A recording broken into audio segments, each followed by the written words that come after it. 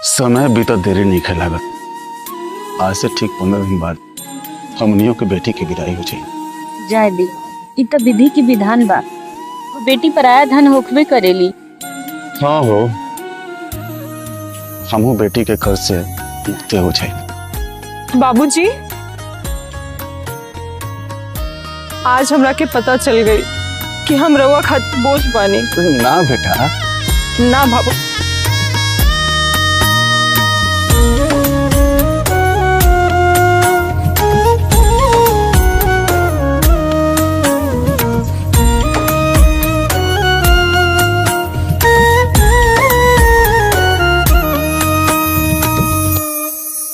पापा कवाने करनवधियावाते जता रहो, कवन भइले कसूर दूर भेजता रहो।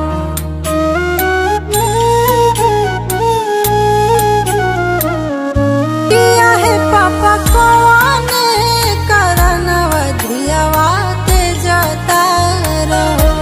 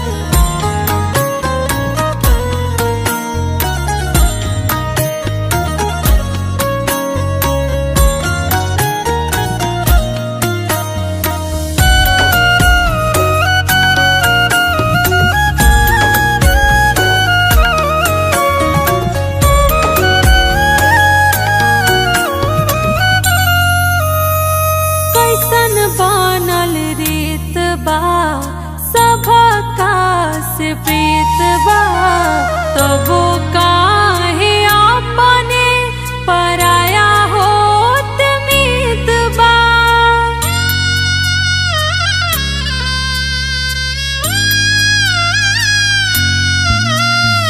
कैसन बनल रीत बा सबका से प्रीत बा, तब काहे अपने पराया होत मीत बा।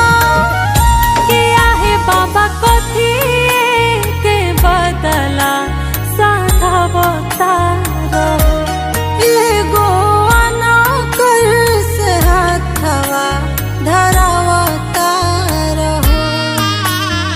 हम ही तो रहनी पापा हो आखी के पुतरिया, ताही अखिया दिलो बिसरा।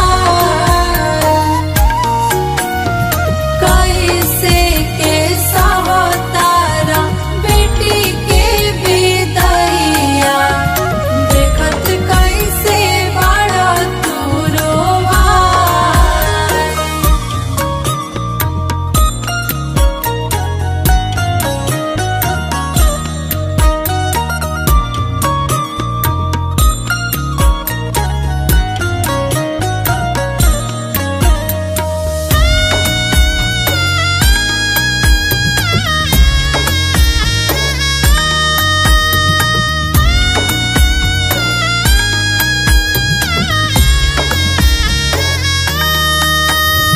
डाली के सिनुरवा ले जाता पियावा, भाई बाप माई के कठोर